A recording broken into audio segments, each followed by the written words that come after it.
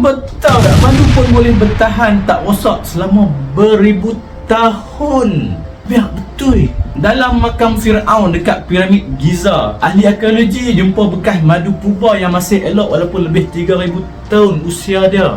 Kenapa madu tahan lama sangat? Rahsia dia madu susah rosak ialah kandungan gula yang sangat tinggi sampai bakteria pun tak boleh nak hidup. Kandungan air pula sangat rendah, jadi kuman tak boleh nak membiak dalam madu.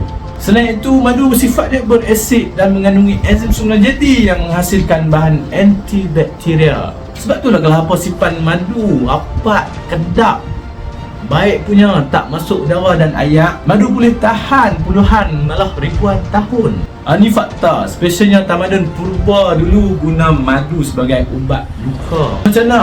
Orang perempuan yang ada madu tu tahan berapa lama? Sila komen. Milkshake coklat Dachio.